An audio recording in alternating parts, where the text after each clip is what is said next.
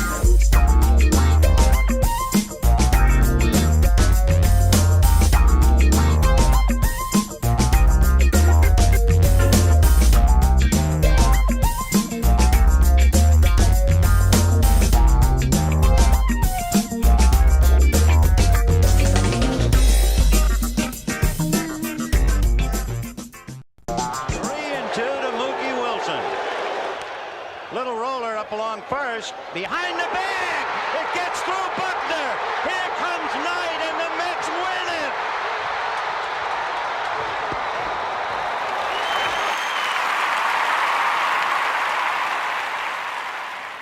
Hello, Tony. Mookie Wilson here, 1986 Mets. How you doing? Long time no see, man. Hey, man, I miss you guys, man, at Knockem Dead Comedy Radio, man. I miss you. I wish I was still up there, man. But I'll wait till it warms up a little bit, and hopefully this year things will be a little bit better, man. But when we're talking about comedy, hey, the early years of Mets was a lot to laugh about. You had to make a lot of comedy off those guys. Hey, hope to see you guys during the summer, and hopefully get back on the show, man, at some point in time during the course of the year, all right? All right? Yeah, fine. Contact me, man. All right, Tony. Talk to you later. 3-2 to Mookie.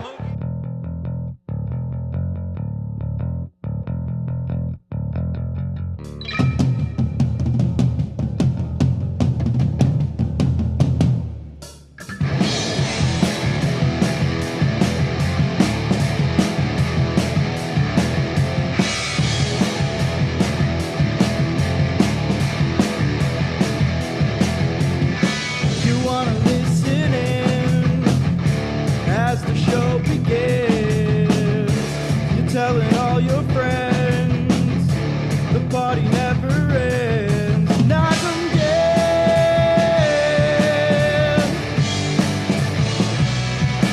Knockem dead.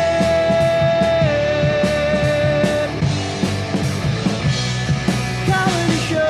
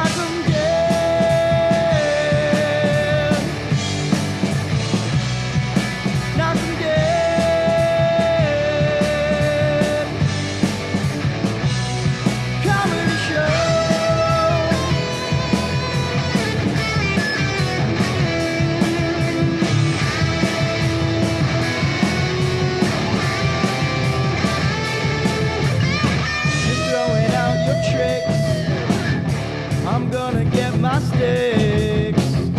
The mic is live and clear for you and all to hear. Knockem dead.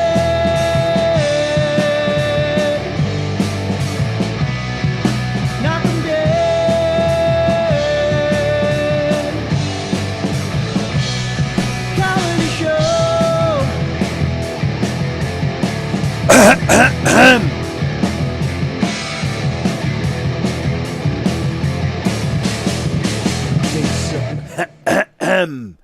Hello, everybody.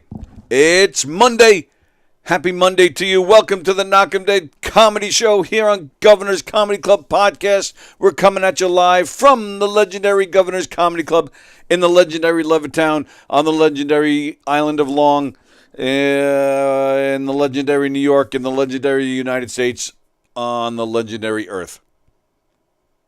Hi, everybody. It's also Martin Luther King Day. I don't think we say Happy Martin Luther King Day. I don't think we do that. But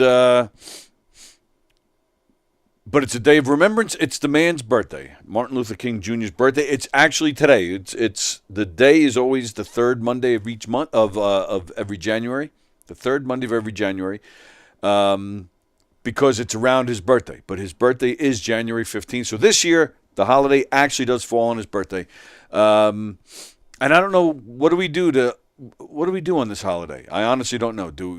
I guess we just remember the man and his message, I guess. And we try to practice what he preached, I suppose. Good morning, John. Good morning, everybody. Good to see you all. Hope you all had a good weekend. I guess for a lot of you, the weekend is continuing, right? A lot of you are off today. Which is a good thing. I hope you're enjoying your weekend. Hope you're having a good time. My weekend was good. We got a lot to talk about today. There was talk of Eric Casson, who was with us last Monday. He was going to come back today and join us, which is why I didn't book any other guests. And then last night he reached out and said he wasn't sure if he was going to be able to make it. And I just kind of had a feeling. So I'm like, all right, I'll just prepare and have a lot of stuff to talk about. And sure enough, he contacted me about a half hour ago saying he won't be here. So we'll reschedule Eric and hope he gets in here again soon. He said he had a good show this weekend here at Governor's in the club. He had a show Saturday night in the Giggle Room. So congratulations to him on having a good show. We had a good show. Let's see. Is that what that's one of the things we're going to talk about today. Knockem Dead Comedy performed. We did a show for the East Meadow Fire Department. It's a fundraiser for the firehouse. We get a lot of work with firehouses, and they're always the best crowds. The firemen and their wives and family and friends, they're just nuts. They know how to have a good time without getting too crazy. That last part was a lie. The fire departments are crazy. And rightfully so. Firemen, they deserve all the credit in the world. And they have every right to let out some steam and knock a few back and have a good time and a lot of laughs. We had a great time. So thank you to East Meadow Fire Department for bringing us in. We did our show. It's a redneck wedding. And just had a blast. Great crowd. They were a lot of fun, very energetic. There was about a little shy of 200 people. And we had a great time. And I think I talked about it a week or so ago. My wife, Lisa, it was her return to doing shows with us. We, well, as you guys know, if you guys have been watching this show long enough, you guys know that Lisa and I were not together for a long time. And then a little over, I guess almost a year and a half ago, we got back together. And so we've been doing shows, and I was kind of, hinting here and there, now that we're back together, you should, jump in and do the murder mysteries again. That's how Lisa and I met. We met doing this type of dinner theater, and she was a main player when I started doing this myself. And she's always been great. She's just a great actress all around. She's performed in many, dinner theater murder mystery shows. She played Mary Bailey in a version It's a Wonderful Life. She played Annie Sullivan in The Miracle Worker. She played, and my personal favorite of things Lisa's done, The Glass Menagerie. Remember that? What was that? Tennessee Williams who wrote that? The main girl who had the limp and was like she didn't go out and do anything with her life. She was fantastic in that. She's just a great actress. So I was excited on a personal level and a professional level to bring her back, and she knocked it out of the park. We had a great time. So thank you, East Meadow. Thank you, Lisa. Thank you to the whole cast. Bosie was fantastic. Bosie, wearing a dress as always. He was great in the show. We had a good time, and it was a lot of fun. And we definitely had some bonus fun at this East Meadow Fire Department fundraiser. They were, a lot of the fundraisers we do, a lot of places, various fundraisers will bring us in. We're a good entertainment for a fundraiser. Good way to get people in. So go to Knockem Did Comedy today and find out how you can book us for your fundraiser. So there's always raffles and 50/50s and all that good stuff. And I try to support. You're hiring me, you're paying me. The least I can do is give back a little bit. So I'll always buy raffle tickets and I'll pay. Jump in the 50/50. So this year, and my son Zach, he was our stage manager / sound man for the show. So it was a family affair. And I bought a bunch of raffle tickets, and I gave him the tickets. And after the show, I said, I'm going to change out of my costume. I said, but here are the tickets, because they use our sound system to announce the winners. So Zach still had to man the mixer, just like this. He had to, handle it. So I said, well, since you're working still, keep an eye on the tickets. So I get dressed. I'm trying to clean up a little bit. I go out there to check on him, see how things are going. And he had a portable heater next to him, in a box, not using one. I said, and his mother, Lisa, she's always cold. It's freaking 90-degree weather, and she's still wearing a sweater. I'm sweating in 50 degrees. She's wearing sweaters in 90s. So, yeah, we're total opposites. So when I saw this heater as one of the raffles, I was like, I'll get Lisa a raffle. Get Lisa a heater. So sure enough, we won it. We won that. I was like, oh, cool. Scored some points with the missus. So I go back. I'm cleaning up again. About 10 minutes later, I go back to where Zach is. He had another a game. Sometimes I get hired to do murder mystery shows. Like, we do all sorts of murder mystery shows. We have, our redneck wedding. We have our mob show. We have an 80s themed show. But a lot of times, I think I just talked about it last week, we sometimes get asked to do custom work. A lot of times people buy like a game or a kit themselves. They just want somebody to come and host it. So I've done that. I do a lot of different variations. And that was another raffle. They had one of those kits, murder mystery game that, you can have at your house, a party game. So I'm like, so I was thinking to myself, I've done those parties before, and it's usually, the client gives me their kit, or they just tell me what they want, and I'll piece it all together.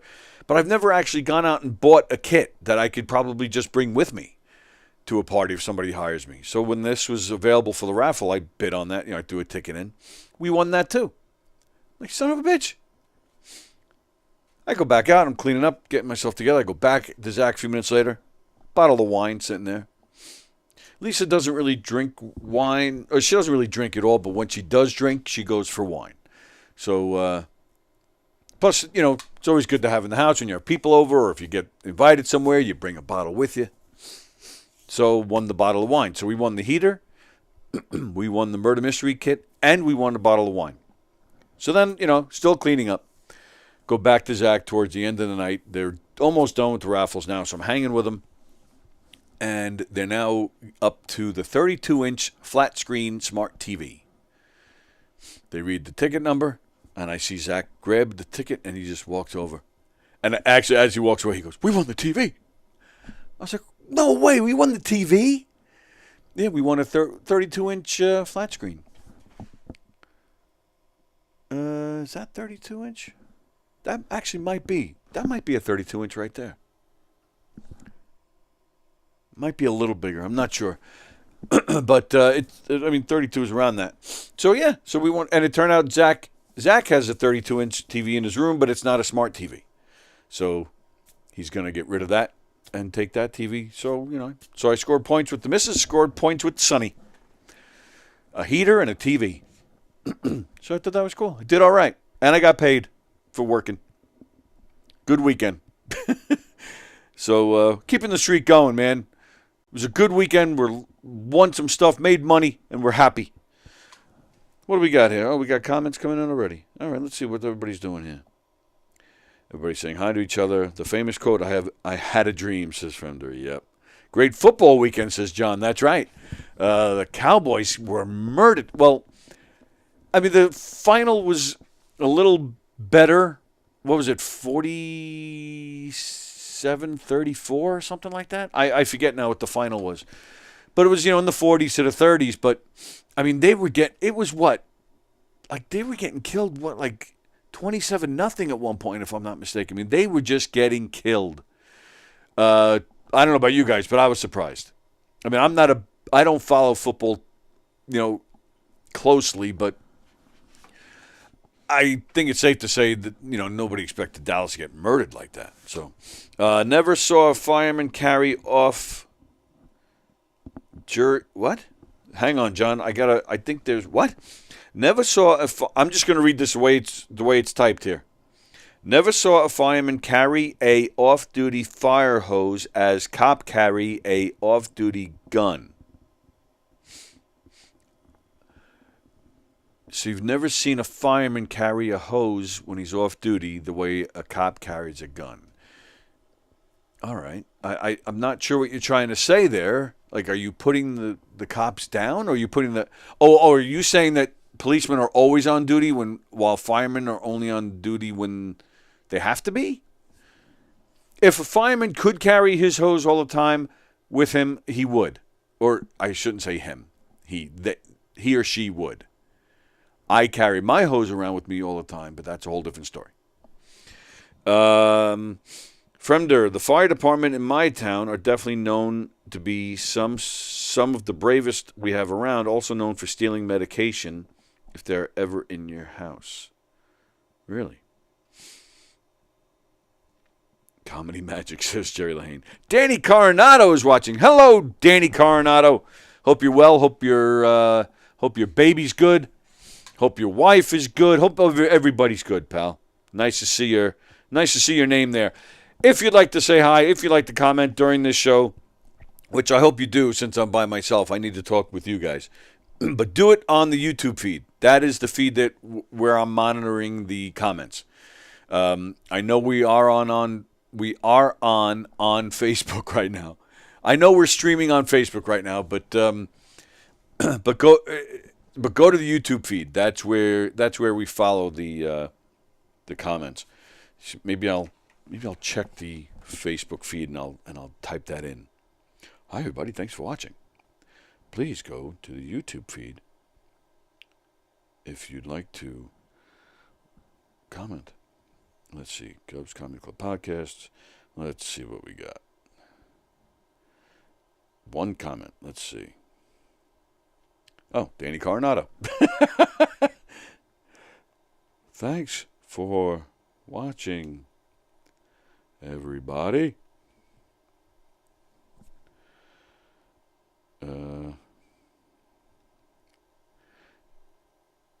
Please go to the YouTube feed and comment there so we can interact with you. Thank you. All right. All right, cool. Yeah, so that was Fremder. I'm streaming over my toilet right now. Danny Carnato. Yes, some people comment on there sometimes.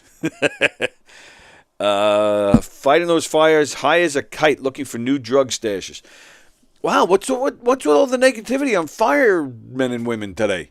They do important stuff here. They're lifesavers. You people just calm down. It's Martin Luther King Day. It's all about the love and unity. Peace. He was a Nobel Peace Prize winner. Damn it. So, oh, hi, Gina. Thanks for tuning in. Hope you're doing all right. You feeling any better? Well, you had COVID, right? So, what else this weekend? Oh, our friends over there at the Patchogue Theater, which our pal John Blen runs. I don't know if you guys heard about this. They were going to have a night with, I think it was supposed to be last night, with John Cusack. You guys know John Cusack. Great actor. So back in October, they were going to have a movie screening.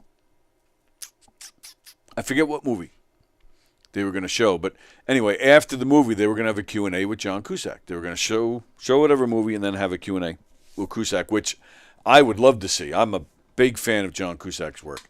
But he canceled with no explanation was, announced publicly. And they rescheduled it. I think it was supposed to be last night. It was definitely sometime this weekend. Well, the man canceled again. This time, again, with no explanation. They were going to show the movie High Fidelity, which, you guys know me. I'm a big music geek. This movie was right up my alley. Loved that movie. Hilarious cameo by Bruce Springsteen. Lisa Bonet is fantastic in this movie. And she's sexy as sexy gets in this movie. Jack Black. How can I forget Jack Black? This was Jack Black's breakout role. This is the movie that did it for him, made him a star. He is hilarious in this movie. Tim Robbins is in the movie. Catherine Zeta-Jones, who just looks amazing in this flick. Great movie, really great movie. But you have to be a music lover to really understand, to get a lot of the jokes. But yeah, still a great movie. John Cusack. What are some of your favorite Cusack movies? I mean, I could rattle off a bunch of them right now. High Fidelity, Gross Point Blank is just amazing. Runaway Jury is good. I liked it. Better Off Dead, one of the best movies ever. Gee, Ricky, I'm sorry your mother blew up. But yeah, I don't know. Do you guys? Anybody know anything about John Cusack? Is he a dick? Like, why is he canceling? What is he doing? And suppose he's been canceling a lot of these appearances lately without any reason. I don't know. Does he just, is it a COVID thing? I don't know what his deal is. He goes on Twitter a lot. He's definitely to the left. And he's very outspoken politically, which, I don't know. Can't say I'm a fan of that type of stuff. Yeah, I mean, I have no problem with people. We all have, the right to free speech. I get it. But I'm one of those where I'm like, I don't want to really. If you don't like a particular law, like let's take John Lennon, for example. To me, John Lennon was different. John Lennon spoke out against the war. He spoke out against certain things that were happening. He really didn't target people. The people in office. You see it now all over Twitter. People just, making, saying things about Trump or saying things about Biden. And without even, specifying a particular issue. Lennon just, he just spoke about particular issues. He did single out Nixon a little bit. He singled out a handful of people. There was one guy, it was big news back in the 70s. Guy got arrested and sent to jail for many, many years because he had 2 joints on him. And Lennon went to bat for him, and he singled out the people that were, prosecuting the man. So he did single out some people, but only, pertaining to certain things. It wasn't just blanket. I don't know. I'm just not a fan of people who just, you have every right, and believe me, it doesn't bother me. I just don't read it. I just keep scrolling. I'm not a big fan of that stuff. But I do believe they have a right. Like, if John Cusack wants to pick on Trump all day, go ahead, pick on Trump all day. I don't personally think it's helping your career. Maybe you don't have to worry about that anymore. Good for you. But I can tell you, when was the last time John Cusack was in a hit movie? A lot of the movies he's made the past few years have been low-budget, straight-to-streaming films. I'm sorry, I don't mean to put the man down. I'm a huge fan of his work. What do we got? Fremder, true story, had to go to the hospital, called an ambulance to the house. The firefighter and paramedics showed up. When I got back to my house, my medication was gone. I got nothing. I do have something. It's like everything else. You always have a shitty percentage of people in everything. And Republican Democrats, you have bad batches on each side. Union guy management. We had some assholes that we had to defend, even though we really didn't want to. Most of the managers we fought against were assholes, but there were some good guys in there. There were a couple of guys that I really liked. I hope that's the case with you, Fremder. Maybe you just had a couple of jerks, but I'd like to think that our firefighters and first responders, for the most part, are good people. Don Sill, I want my $2. God, I love that movie. $2. I loved Frozen Ground, says Danny Coronado. What's that? Is that a Cusack movie? I'm not familiar with that. Usually a dick hangs out with a Cusack. Gina says, at a rap party, we are leaving, and someone is yelling, hey, Jack. We stop, they talk. We leave. I'm like, who is that? Didn't we go to high school with him? Jack says, no, that was John Cusack. Well, unless you went to school, Grosse Point Blank. Right? That is such a great movie. John Cusack's going to his high school reunion, but, and he's going to see his high school sweetheart for the first time since high school. And he's a hitman. That's what he does for a living. And it turns out his next contract is for a hit out on the girlfriend's father. Oh, it's such a great movie. Minnie Driver's in it, and I'm sorry, I think Minnie Driver is gorgeous. And she's such a great actress. I don't know why she's not in more stuff. She's fantastic. Love her. John Cusack looks so different than what I remembered way back. How so, Gina? And how long ago was this? And was he a cool guy? I guess your husband is friends with him? Gina, hook me up. Let's get him on here. Gina, I will give you... I'll pay for an opportunity to talk to him. Gina, I'll give you $50 and a hug. We should make that happen. So I mentioned Zach a minute ago. So it's a weird, the past few days is weird for us at home because Zach, just on Thursday, the production company he works for, they had their holiday party this past Thursday. Some people do that. They have their holiday party after the holidays because during the holidays, it's just, everybody's schedule is just crazy, go nuts. So Zach's production company had a holiday party on Thursday. And now today, I have a holiday party to go to with my PAL, the PAL board that I'm president of.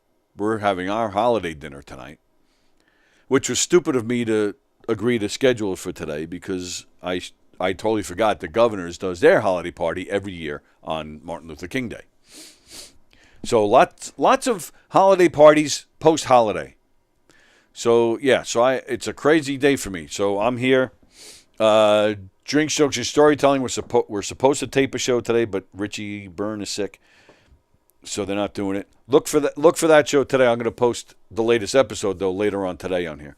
Treading Water, I do believe, is still coming in this afternoon, so we'll have that going on. And then I have my PAL dinner. We're having the PAL dinner. then at a restaurant. Then we're going back to headquarters where we're going to have a meeting. Then I got to bolt from there to get back here for the holiday party. Craziness. Craziness. It's a busy day. busy day.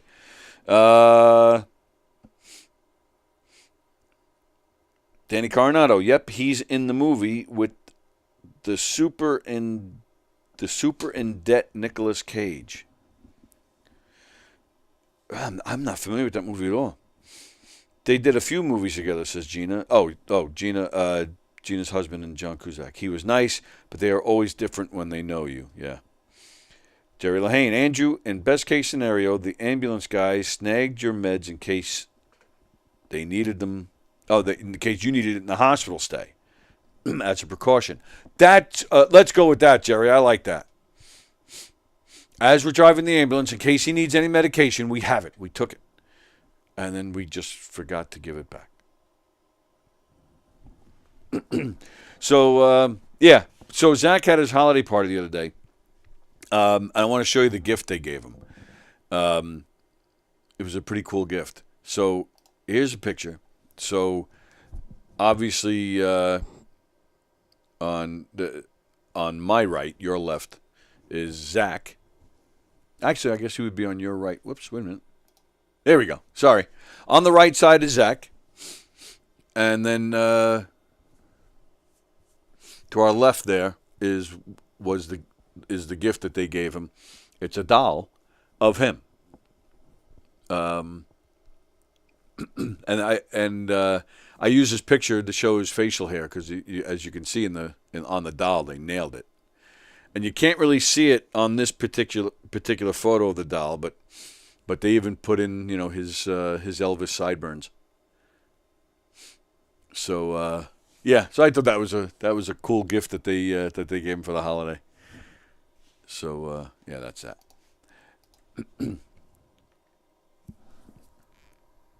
Let's see what else. So let's see. Talked about my show. Talked about John Cusack. Yeah, you guys did mention a few John Cusack movies. I mentioned quickly the other day. I tried to mention it quickly the other day, but Andy and Laura are here, so it was hard to say anything. I'm kidding. I have no problem with it. They do talk a lot together, but so what? I know you guys don't like it. I know there were lots of complaints, but it's fun. They're funny if you're listening to what they're saying, and I don't care. I'm talking every day on this damn show. I'll take a break. But I did mention quickly on Friday how I took Lisa the other night to see the Purple Experience. It's a Prince tribute show. If you guys ever get a chance, if you hear of this show coming near you, I highly recommend it, assuming you like Prince's music. That guy played guitar really well. He sang like Prince. He even acted had all the mannerisms, the dance moves, the outfits, but even in between songs would talk like him. Such a well done show. Played all the hits, nothing but hits, really. I think I knew all the songs, but again, I'm a big music geek. There may have been one song that I saw people kind of looking around that they didn't know. And I don't know if anybody has been watching this show that long enough that you guys remember my co-host Eric. I mean, he's been gone almost 3 years already, but I remember there was one episode in here where I was playing him a song by Prince called Pussy Control. Eric had never heard it. I personally love the song. It's so weird and stupid. It makes me laugh. So, but this guy did it. He did that song. And so I sat there. I thought about that day in here. I played that song for Eric. So I thought that was a cool little moment. But great show. So I highly recommend it if you guys ever want to see a good concert. Good-looking man looks nothing like you. Oh, you talking about my son? Oh, thanks. He is a good-looking kid. How that happened, I have no idea. I think the mailman did a nice job. Gina says, one of the best concerts I ever saw was at a Prince concert. Yeah. And that's one of my, I don't want to say regrets, but That's one thing I missed out on. I never saw the man in concert. But I don't know anybody that's ever seen Prince and said they didn't enjoy it. Me and Lisa went on Thursday. Nice date night for us. We went to dinner. There's a place across the street from the Paramount called Meehan's. It's just a regular bar restaurant, but man, their food is fantastic. I try to make time to go there for dinner every time I go to the Paramount for something. Oh, love that place. So we had a nice date night. We went to Meehan's, had a nice meal, walked across the street, enjoyed the show. She's a big fan of Prince's music. She saw him back in '85, right in the height of all that Purple Rain stuff. And, yeah, she loved it. Do I have a picture of Eric, says Jerry Lahane. I don't. Jerry, I think you may have been watching the show from time to time when Eric was still here. I know Gina was. I don't have a picture of him. No. I mean, if you really want one, I could probably punch one up. I could probably find one. Fremder, wasn't the paramedics. I contacted the ambulance company, and it was nowhere to be found. I even called the hospital and the town supervisor. So, what? So you're saying it was the fireman? Was this when you had your bad fire? I'm so confused. Gina, let me guess. You had a hamburger and a salad with no dressing. Wrong. Take that.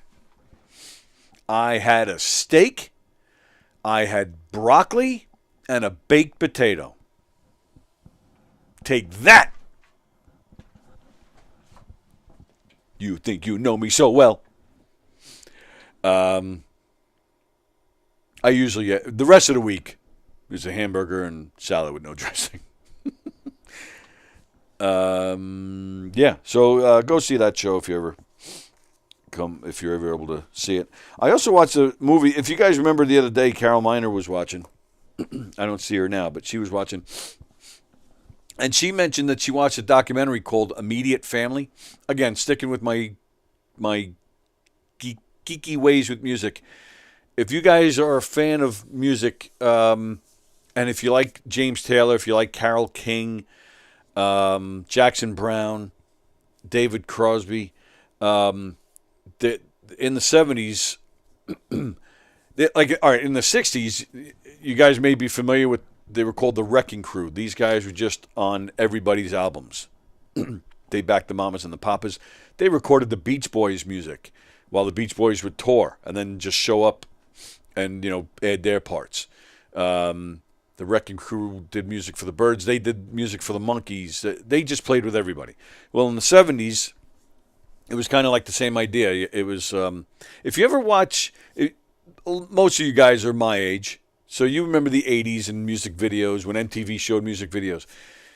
And Phil Collins was huge in the 80s. So if you remember, Phil Collins had this bass player, balding on top, but this long hair and this long giant beard. Lee Sklar is his name. Lee Sklar.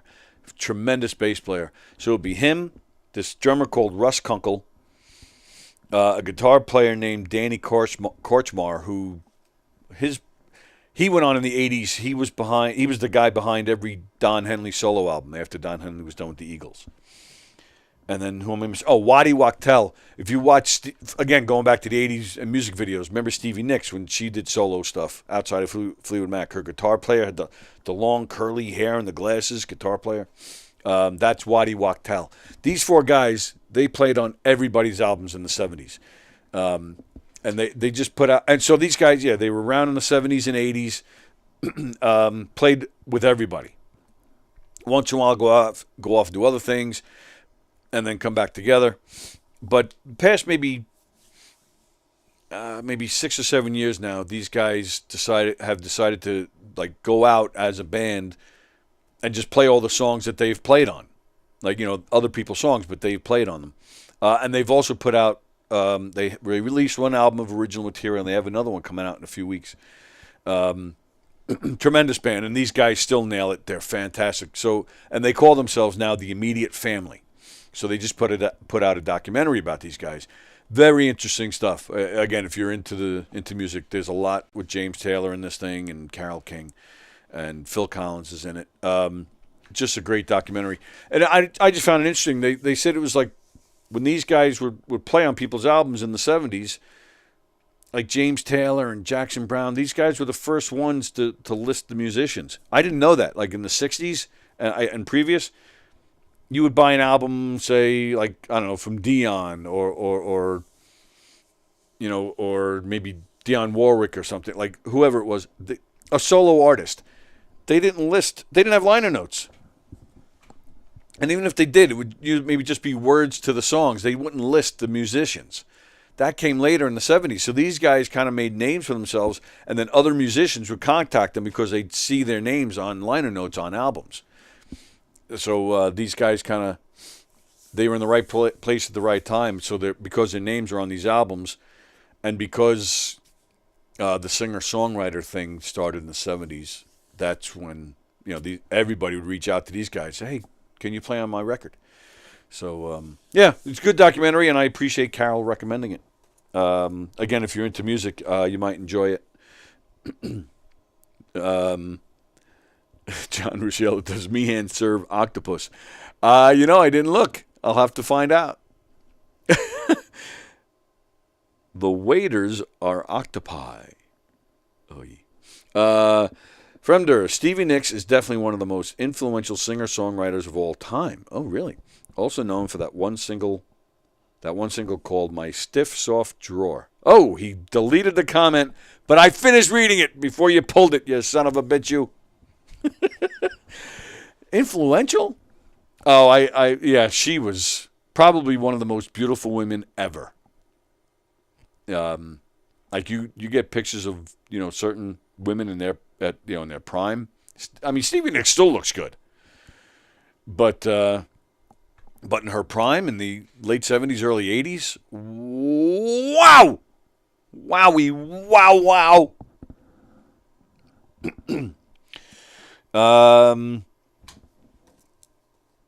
What else we got? I forgot to touch on this late last week. The Sopranos, 25th anniversary. Just a few days ago. 25 years since the first episode aired. Is that unbelievable? 25 years. Somebody says 25 years to me. My mind still goes back to the 80s, for crying out loud. Like, I can't believe the 90s were 30 years ago.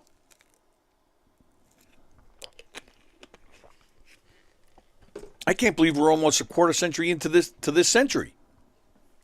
It still feels like, to me, it feels like we just started this century. It's still crazy to me. I can't believe it. Time just flies, man.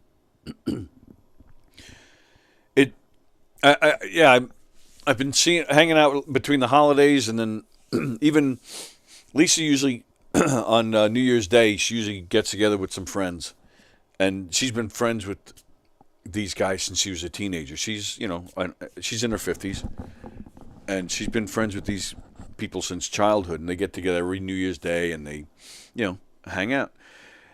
This year, I forget why, but they couldn't do it for the first time in many, many years. They couldn't get it together. I think a few of them were sick or something.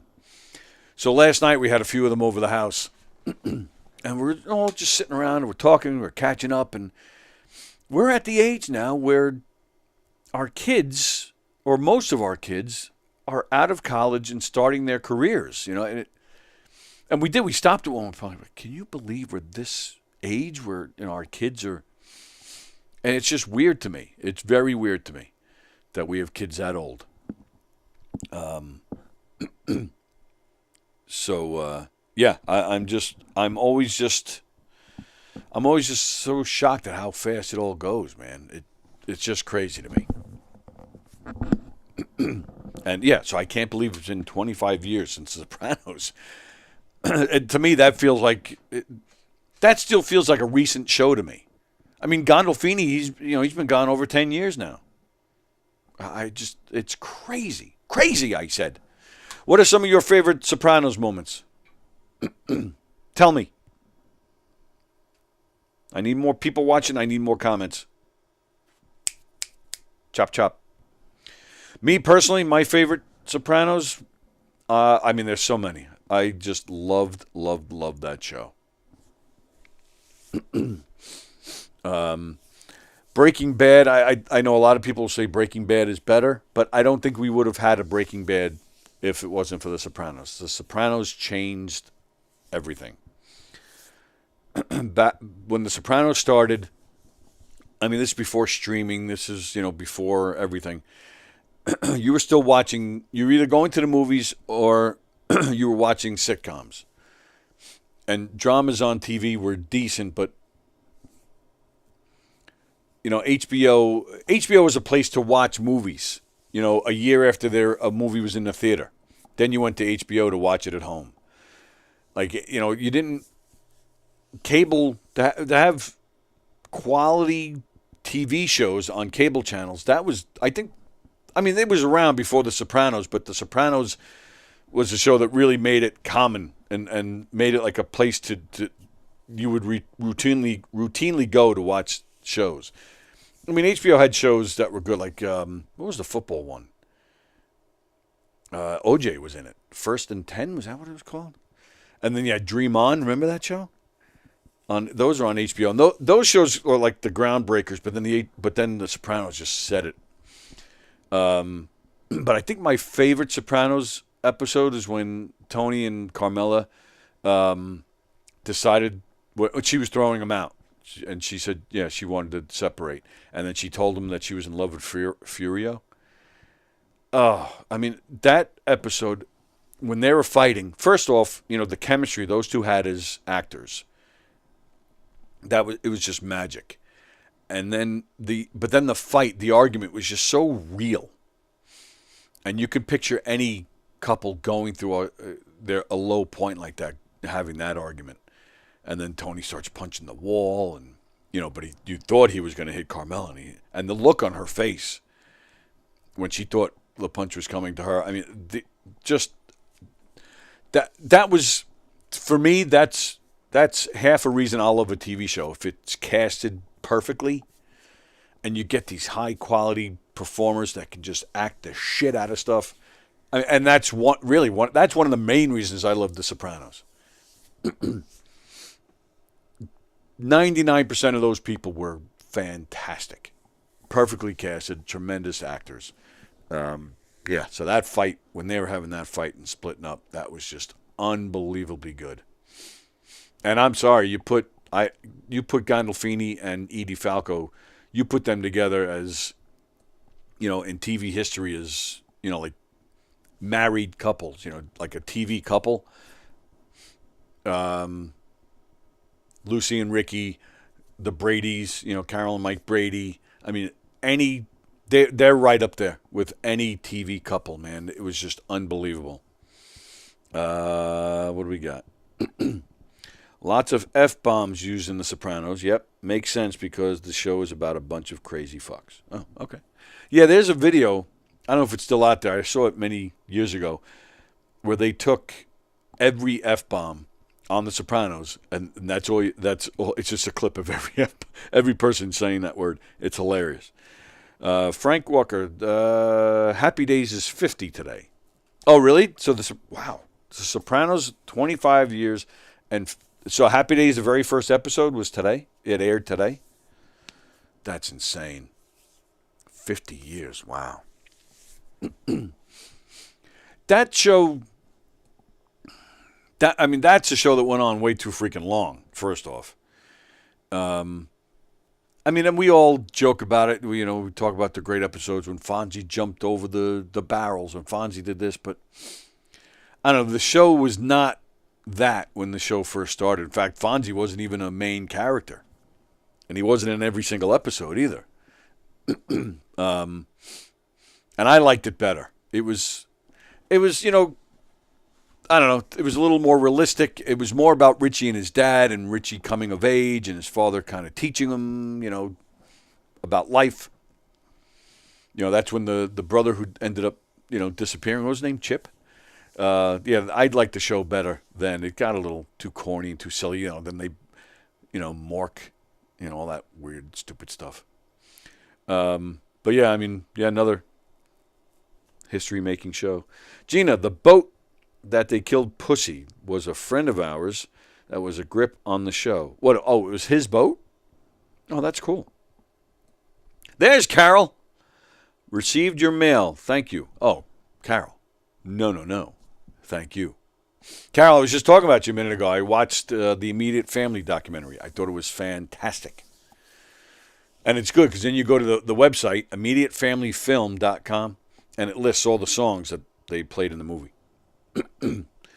Dream On was a great show, says Jerry. Whoa, that's all he says? Jerry, you didn't write the show? Andrew Fremder, back then I used to watch HBO all the time just to see a titty before I went to sleep. Well, yeah, that was a big deal too. Like when Sex in the City came on, like, talk about a show that's gone on way too long. The movies were awful. And then, I don't know, now they have another TV show going, right? And what'd they do? They killed they killed them off on the very first episode? What the fuck? Stupid. And had way too many seasons. Like that last season of the initial run, what was that, season 9 or 10? When Samantha had cancer and like it got all serious. The first few seasons were fantastic, and yes, there was lots of nudity and sex scenes, which is why another main reason why I loved it. I know you guys are gonna laugh at me, but I thought Miranda, the redhead, what's her name in real life? Oh boy, that's gonna kill me now. I thought she was the hottest one. What the hell is her name? Sex in the City cast. Cynthia Nixon, that's it. Freaking love her. Love Cynthia Nixon. And again, all of them fantastic actresses, but Cynthia Nixon, there's nothing she can't do. She's an amazing actress.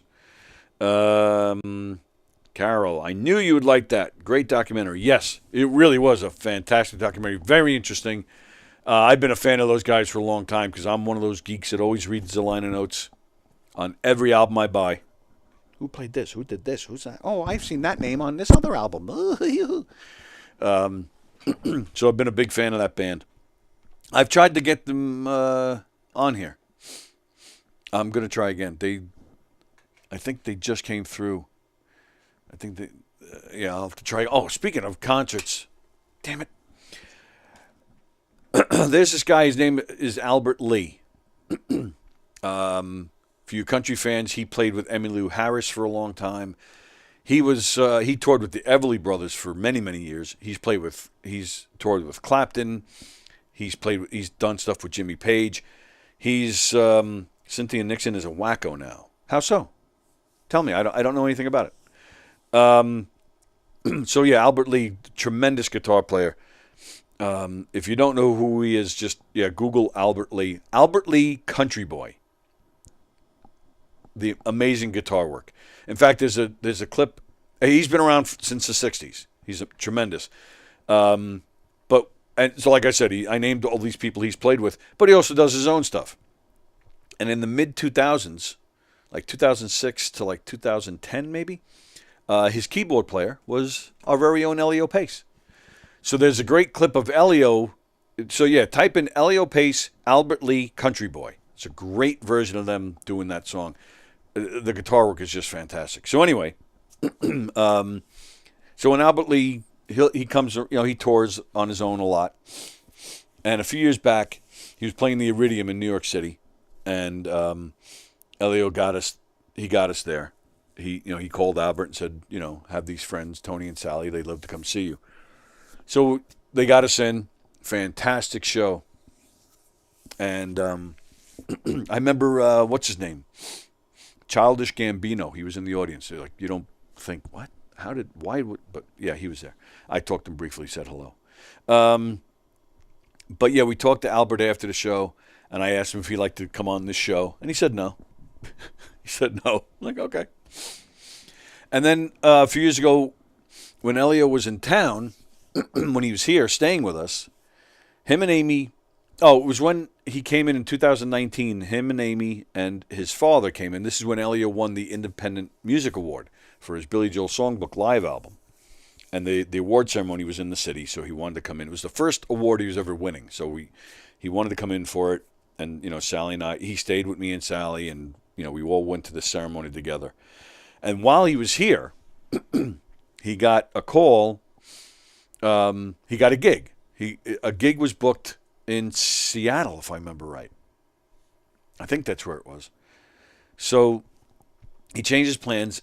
Amy and Elio's dad flew back, whatever day it was. So the way it worked out, he was supposed to leave on a Monday, and he got this gig in Seattle on a Wednesday. For that, 2 days later. So he's like, all right, well, I'm canceling my flight. Amy and my dad are going to go home. I'm going to stay. So he said to me, because I got an extra day. So if you guys remember, he actually came in and hung out. We did the show, and it turned out, which we didn't even know at the time, that night Albert Lee was playing at the Iridium again. Like, holy shit, so me and Ellie were like, we can go see Albert Lee. And so the three of us, me, Sally, and Elio, we went that night, met Albert again. Elio jumped on stage and played with him. It was such a great night. So anyway, this past Saturday, I'm at the PAL Special Needs bowling that Sammy bowls in. I'm at the bowling alley, and I see Elio's calling me, FaceTiming, so I answer it, but I can barely hear him because we're in a bowling alley. But he's like, hello, mate. He goes, I don't know if you're aware, but Albert Lee's been playing the Iridium Thursday night, last night, and tonight. I was like, no, I had no idea. I guess, again, I wasn't paying attention. He goes, I just spoke to him, mate. He's going to put you on the list if you're going to go see him tonight. I'm like, ah. I said, I go after work tonight. And I said, I can't. He goes, mate, can't you get somebody to cover you at the club and just run the podcast? I said, no, it's not a podcast. I said, I've got a murder mystery. He goes, oh, that's different. You can't miss that. I said, yeah, no, I can't miss that. So I missed it. Missed Albert Lee this time. But then Elio did send him an email, and he copied me in it, trying to push the guy to do the show. So I'm hoping to get Albert Lee. So, Gina, you're going to get me John Cusack, and I'm going to get Albert Lee, and Carol's going to get me Cynthia Nixon. Let's see. Jerry Lahane. My only remote connection to HBO is Jim Norton. Turn me down to do him a free VHS video at the University of Delaware. What? BIH pay gig? What? Since his contract, ink fresh from page, allowed no tapings. What? I love when you guys comment. It gives me stuff to do, stuff to talk about. But please, double check your typing. I have no idea what that said. So he turned you down to do something with HBO, but then used you for a taping of something at the University of Delaware?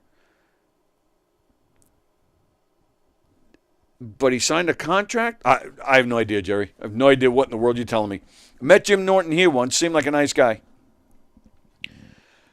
Just signed 2,000 to HBO. Yeah, that helped. Now it makes sense. Gina says to Jerry, are you related to Ted Lahane? Ooh, don't know unless he's a Delaware guy.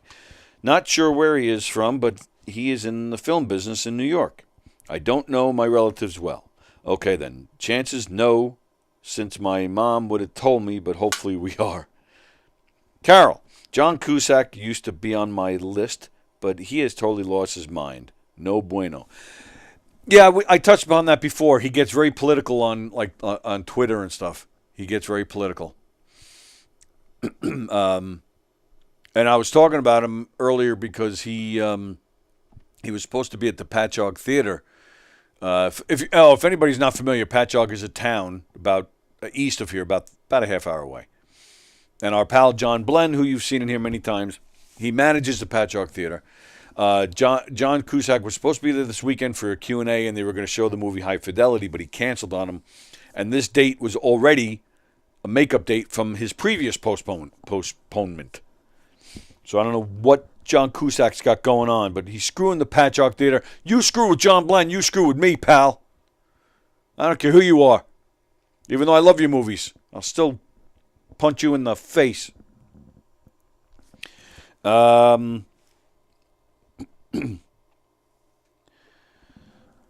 and I mentioned all these great TV couples, Tony Soprano and Carmela and Mike and Carol Brady, Lucy, Ricky. Well, how can we forget Ralph and Alice, Trixie, and Norton.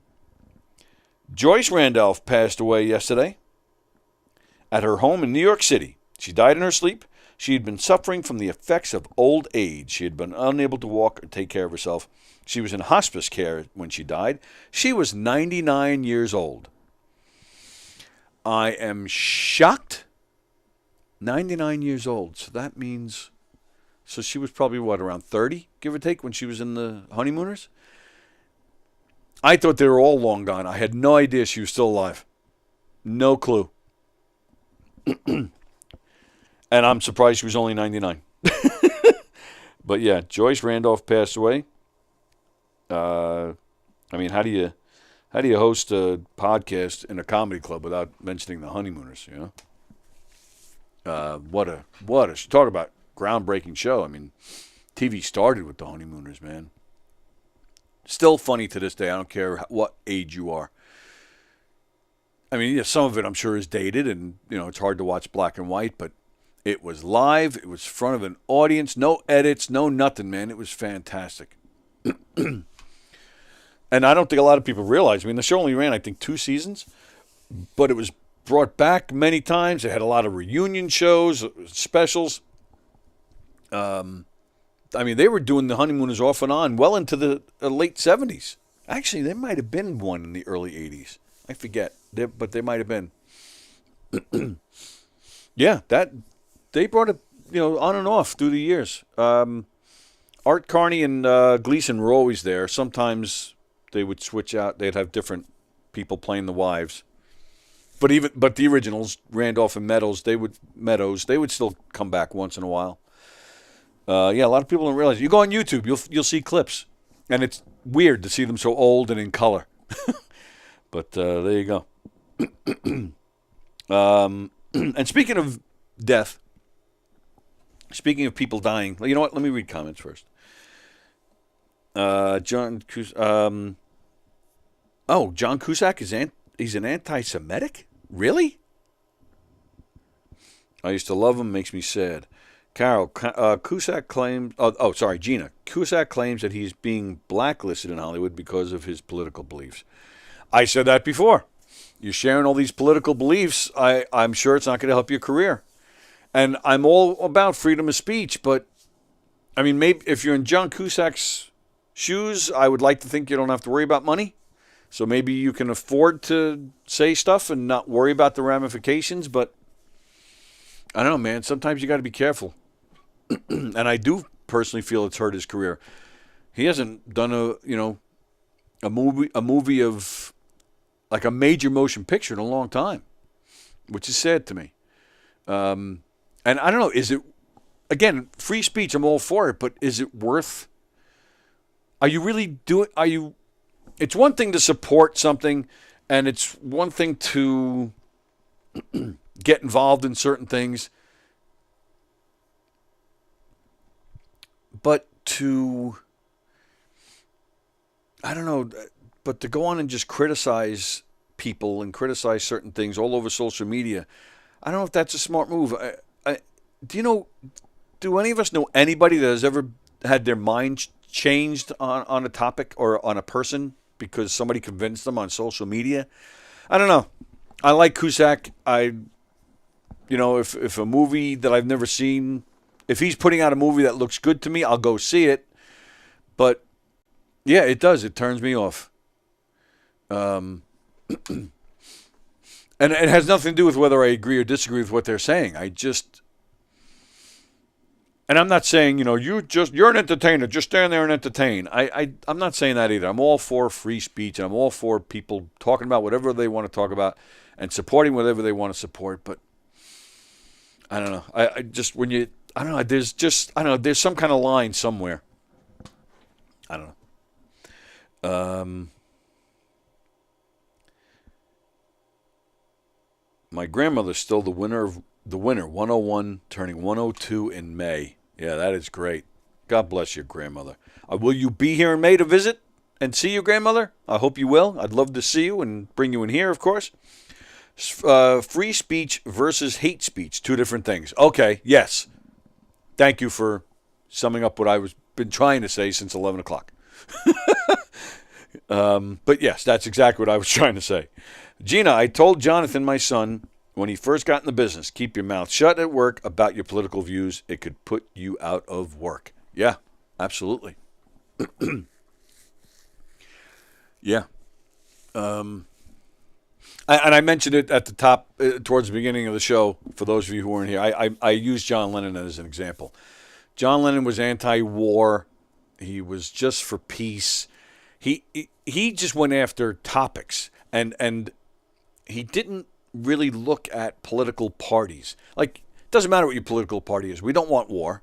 Nobody wants to see, all this, what's going on in the Middle East. Nobody wants to see these women raped, the children killed on either side. Unfortunately, of course, people saying, oh, you just got to push a button.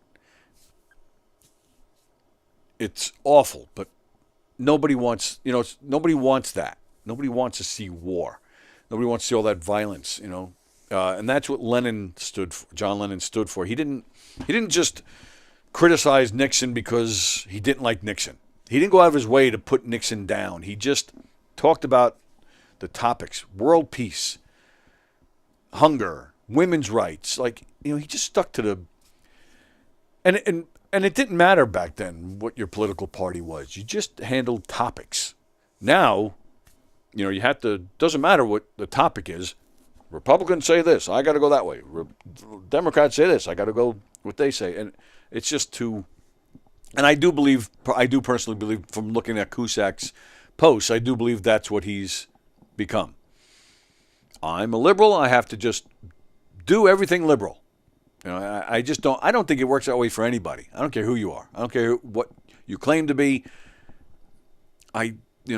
Again, going back to John Lennon, put the two sides together and talk like humans. Forget about a label. That's my soapbox for today. Friender, social media is great. I don't know how I would have any self-esteem if I couldn't get a thumbs up because I farted before and fell asleep last night. What? I don't know how I would have any self-esteem if I couldn't get a thumbs up because I farted before I fell asleep last night. Okay. Social media is great. It's just, it's just human nature. We ruin everything.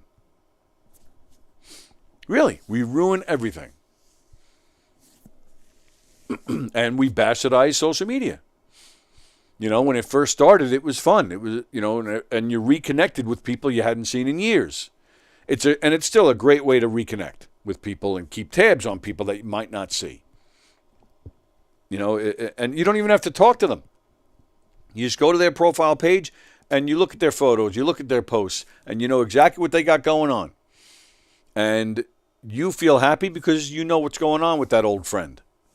To me, I always compare it to like being a teenager and walking into your friend's bedroom and you see whatever posters they have, whatever books they have, whatever their record collection is.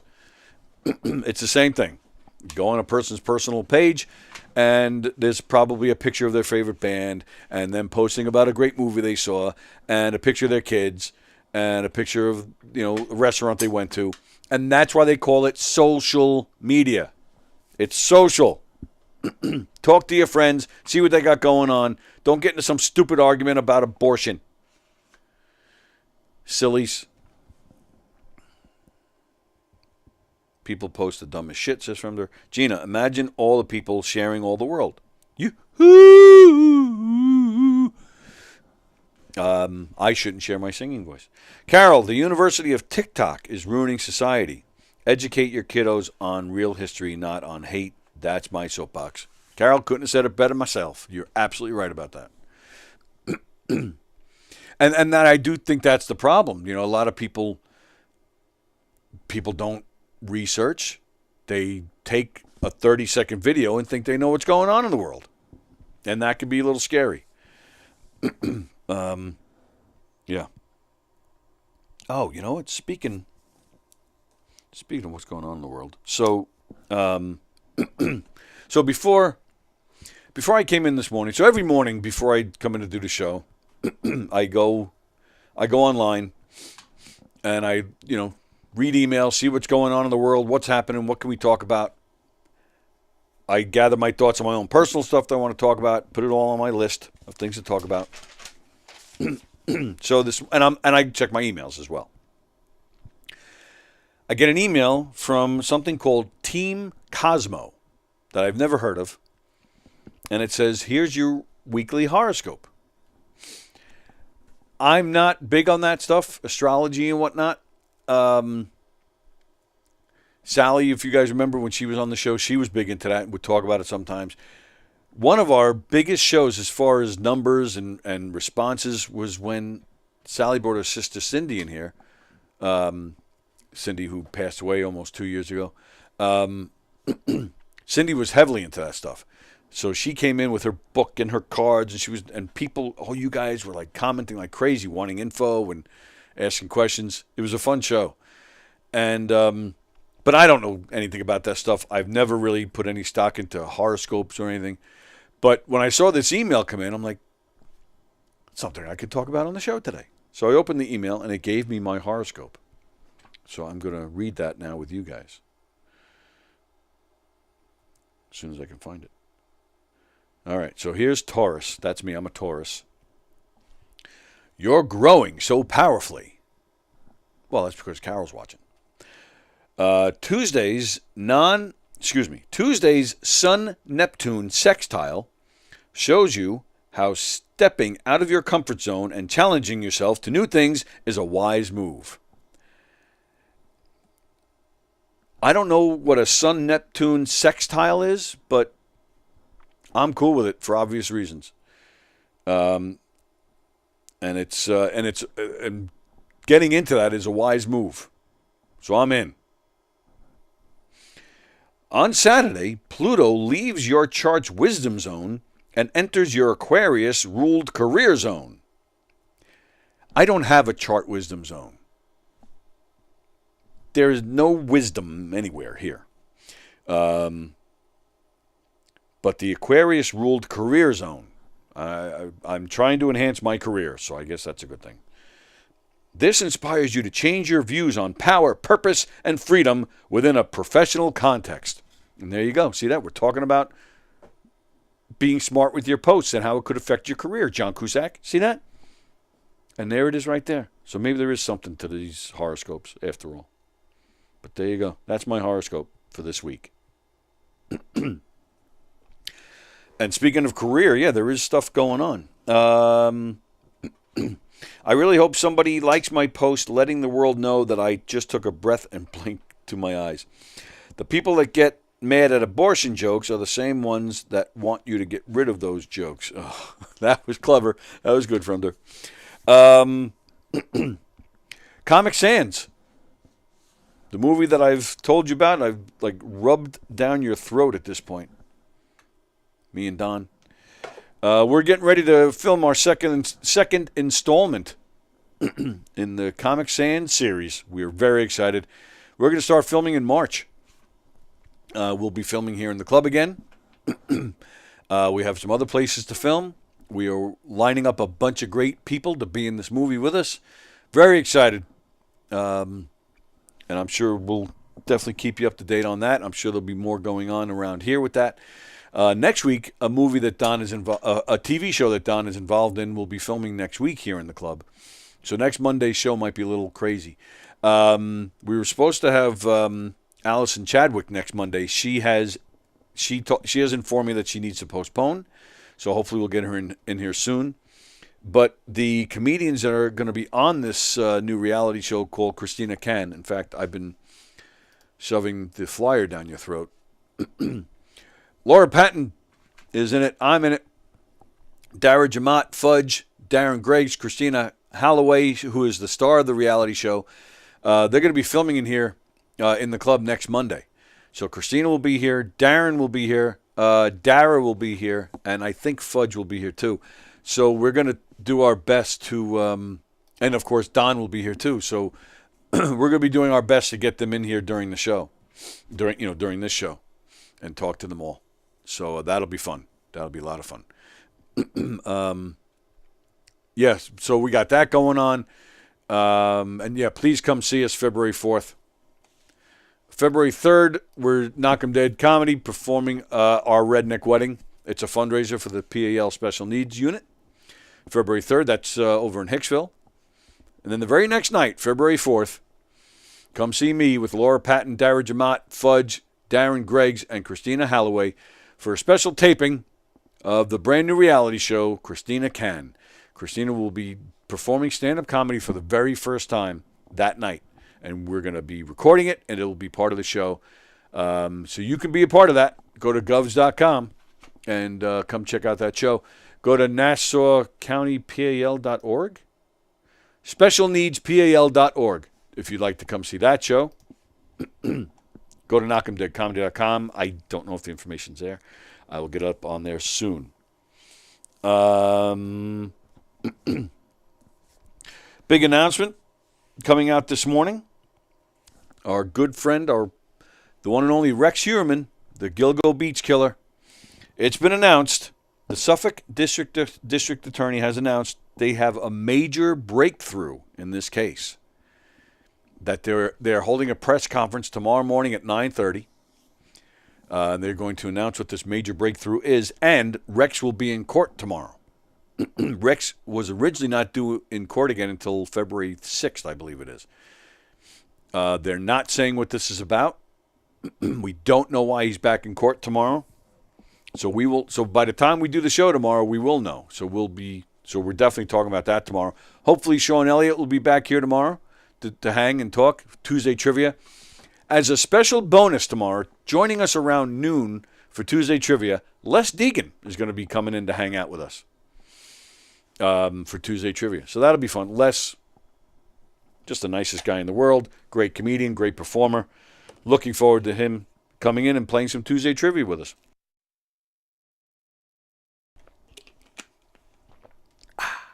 That'll be fun. Love Les. So we'll see what's going on with that tomorrow. What do you guys think? What do you think they got on him?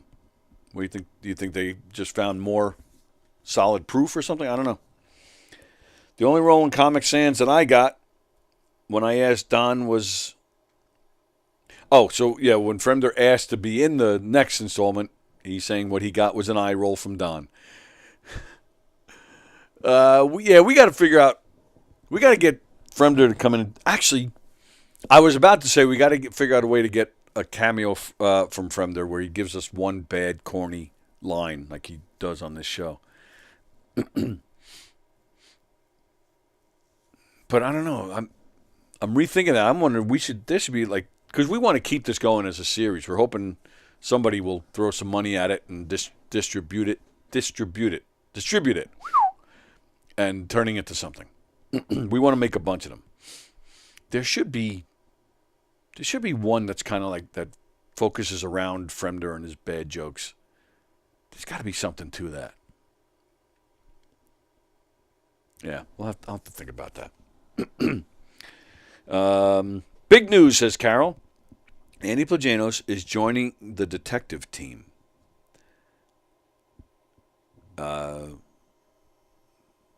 What's the detective team? And how do you know this? What in the world are you talking about?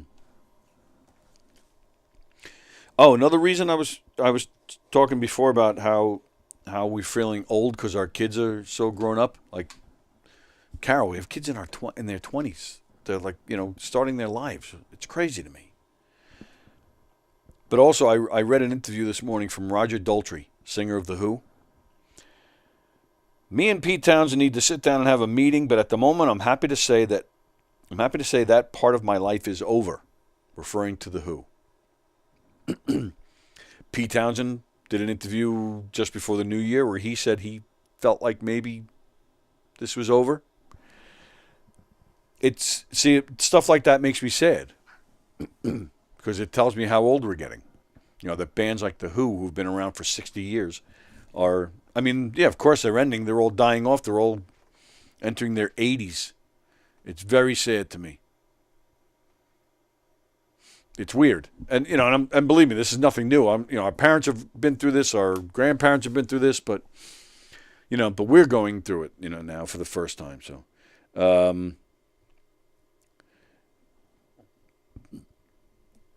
She says, for Rex, keep up. I still don't know what that means. What does that mean, Plajanos is joining the detective team? Like, oh, he's going to be one of the detectives on the case? Oh, you're just making a joke. Because he's got all of his conspiracy theories with the Suffolk DA and all that stuff? Is that what we're talking about? I don't know what we're talking about. But yeah, so the Who may be over, which is sad to me, because the Who, one of my favorites. All right, so I mentioned doing Tuesday Trivia tomorrow with Les, and hopefully Sean's back. However, supposedly we're getting snow. So if you're in this area, be careful. I don't think it's going to be much, from what I understand. Do I have it here? It's going to be a very cold week here on Long Island. 30s and 20s and down to the teens at night. Yeah, it's going to be a cold week. Next week, I believe it starts getting back to the 40s. John Rusiello, you people are babies. My oldest child is 43. Well, yeah, my mother, I'm 53. My brother's going to be 57 this year. And she's still alive and barely kicking. No, I said barely kicking because she really can't walk. She can't live up to her name anymore. Carol, yes. Oh, my God. Way to ruin a joke, Mr. Funny Man. Yeah, I totally blew that. Sorry. I didn't know what you were talking about. Fremder, if I was ever in the next Comic Sans, I could play the role of the person that nobody likes using method acting. That's not true. No, I think you should have like a recurring role where you're like a regular at the club, not a performer, but an audience member, and you're known as the bad heckler with the heckler with the bad jokes. And we'll have a couple of scenes where you're heckling, and then we'll just, I'll get security to throw you out or something. Yeah, there should be something like that. Carol, snow here in Big D and 14 degrees. You guys are getting snow in Dallas? You said Big D for a second. I thought you were talking about me. And it's 14 degrees there? I didn't know it got that cold down there. What the hell are you living there for? You could get that weather here. And you could be with us all the time. Come back. Iowa is negative 43 with wind chill. I can't even imagine, says Gina. Well, yeah, even the football game, Kansas City was negative 24. And these guys are out there playing a game. You know how much drugs they must have pumped into those guys to be able to play? And then I didn't even understand the pregame, the three announcers, they're on the field talking. They're the announcers. They can be in the studio. There's zero reason to put them on the field. Their faces are like freezing off. There you go. Carol says, we love you, Fremder. Yeah, we pick on you because we love you. Now knock it off, you big sissy. Jeez, negative 43. Why would you want to live in a place that can hit that temperature?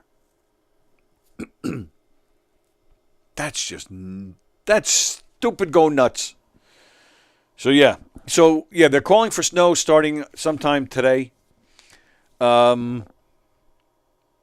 all I know, all my plans tonight might be canceled. I don't know.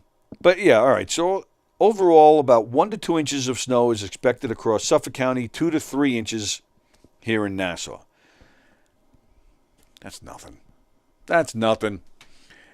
It's a pain in the ass to drive when it's coming down happening. So luckily, all my driving tonight is local. My PAL dinner is somewhere in Hicksville. I don't even remember where. I should know that. And then, I'm less than 10 minutes away from Governor's driving. So I'll be here. I don't know how many people will be here if it's snowing, but I live in a place where it's Celsius. Says at O the B. At O to B. I don't know who you are, but thanks for watching. And if it's Celsius, what does that mean? Are you in England? You're in Europe? Where are you? Who are you? How do you know us? How'd you find us? Do we know you? Gina, I want a huge snowfall this year. Well, You need help for that problem. Oh, you mean actual snow that falls? Yeah, you're a big skier, aren't you? Yeah. I don't. Snow doesn't bother me. I never cared. Weather doesn't bother me. Like my mother, be careful, it's raining when you go to your show. Be careful. I'm like, it's rain. Who cares? I do. I said it to her every time. Oh no, we're getting rain. And snow, like I don't care.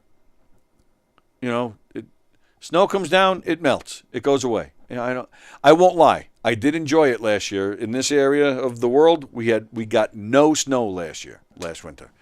And I'm fine with that. But if we are getting snow, I don't care. I don't care if we get a foot of snow. You know, so you snowed in for one day, you sit and relax with the family and watch TV and make your love. You know, and then you're back out a day. What's the most you've been snowed in around here? 2 days? Who cares? And then it melts. When I was growing up, my balls were always freezing because I lived on a cul-de-sac. No, you were right. We hate you. At OTHEP, love from Hamburg. The algorithm sent me here. Oh, very nice. Very nice. Nice to meet you. What is that? Now, what is that? What are all those letters? Is that your name? Or your initials or something? Hamburg. Very nice. The Beatles have a lot of history in Hamburg. Are you familiar with a musician called Elio Pace? He's out of England. Lisa and I are thinking about actually going to England in April. I mentioned it a week or so ago here on the show. Elio is going to be playing the London Palladium. Our very own. It's a member of our family, man, making it big. Elio Pace playing the London Palladium. That's like playing Radio City Music Hall here or Carnegie Hall here. It's amazing. So we might go so we can see that. Fremder, one snowman says to the other, "Do you smell carrots?" Carol, "Oh man, you were in trouble from Mom for that mockery." Oh, totally. Yeah. But again, she can't. I move better than her, which, that gives you an idea of how much she can't move. All right, but either way, if we are getting snow tonight, be careful if you're in this area. Carol, if you're getting snow down there, be careful. Carol, I can't believe how cold it is down there. I wish I was there so I can snuggle up with you and keep you warm. I just want to snuggle with you. I don't care if it's 90 degrees. All right, I think we're just going to end it there, ladies and gentlemen. I have other things that I always hold on to talk about. I've had stuff, because we've been fortunate enough to have some good guests and good stuff to talk about, but I've been holding on to certain things for like a month now. I don't like throwing stories out in case a day like this where my guest cancels and I'm by myself. I like that security blanket of having stuff in case I need it. Rusiello, Florida is 76 today. Wow, very nice. Oh, that's nice. Actually, that's kind of hot, but sounds good right now because it's so cold around here. All right, we're going to hightail it out of here. Like I said earlier, a new episode of Drinks, Jokes, and Storytelling will be posted tonight. Treading Water. Usually don't go live, but I post it right after we record it, so that's sometime this afternoon. Tomorrow we're back in here, as long as we don't get a ton of snow. Most likely we'll be here. Hopefully Sean Elliott. I don't know how the snow affects Sean. I don't know, because Sean's in a wheelchair, so I don't know if he can get here or not. But we'll find out, of course. But Les Deegan is scheduled to be here for Tuesday Trivia with us, so hopefully that'll happen. So keep your tabs right here on Gov's Comedy Club Podcast, the YouTube channel. And I hope you noticed some of them have been getting some traction. We started posting shorts. So I know we were bad-mouthing TikTok before, but the shorts and the TikToks and all that crap, it's popular stuff. So we haven't been doing TikTok, but we've been posting shorts on here on YouTube, little 30-second highlights from past shows. So we hope you're enjoying those. Go look for those, please. Build our numbers. All right. So, yeah. Treading Water today. Drinks, Jokes, and Storytelling. We're back here tomorrow. Also tomorrow. Hershey and the Keeks tomorrow night. And we have Good Times, Bad Times tomorrow night. I think it's 7. Yeah, I think it's 7. Joey Petroni will be in here with Benny Rizzuti and his wife Nancy, who have a show at Strong Island. So, yeah, lots of stuff going on. Treading Water probably Thursday. Conversations later in the week. Yeah, all sorts of good stuff going on. So, and of course, Knockem Dead Comedy. Don't forget, February 3rd, come see us in Hicksville doing our Redneck Wedding. And the very next night right here at Governor's, a fun comedy night with myself, Laura Patton, Dara Jamat, Darren Gregg, Christina Holloway, and Fudge. Going to be a great show. Go to govs.com. Go to knockemdeadcomedy.com. Then go to govs.com. Check out their full schedule. Make your reservations to some fun comedy shows, including, don't forget, speaking of Laura Patton, she's doing her own show January 26th at the Brokerage in Belmore with some very special guests. But this weekend, some of the names you'll see on a Governor stage: Joe Cravella, Dan LaRocco, Sharif Johnson, Cypher Sounds, Joe Curry, Tom Eshelman, the Uptown Comedy Show with Howard Moore, Ashima Franklin, Kenny Wu, and JoJo and Scully, Eric Newman, Leanne Lord. Just some of the names you see on a Governor's stage this weekend. Go to govs.com, make your reservations, and enjoy yourselves. All right. Gina says to the guy in Hamburg, since I don't know how to pronounce it, I'm just saying the guy in Hamburg. Welcome. We are the stupid Americans who couldn't learn and convert to metric. Fremder says, rubble, rubble. Hey, hey, Mama said, the way you move. Oh, why are we singing Zeppelin? What did I say? All right, I missed it. I'm so lost. It's amazing that I'm able to host a show because I never know what we're talking about. All right, we're out of here. Here comes the usual video. We'll see you guys tomorrow. Thanks for watching. Thanks for keeping me company. See you later. For your event today. What will you experience at a Knockem Dead Comedy Murder Mystery Show? Suspense, excitement, love, more love, violence. Well, not really. And, of course, some music. Knockem Dead Comedy is the #1 murder mystery troupe, entertaining thousands of people for over 20 years. You have a great night or what? Good. Their hilarious murder mystery shows are full of audience interaction from beginning to end that will keep you laughing all night long. Their shows are not to be missed. Knockem Dead Comedy's murder mystery themes include a mob show, a redneck wedding, a high school reunion, a family reunion with a luau theme, or your own custom show. Johnny, you have a good time tonight or what? Had an awesome time. All right. She had a great time. KDC, that's what I'm talking about. Yeah, all right. Fundraisers, private parties, corporate events,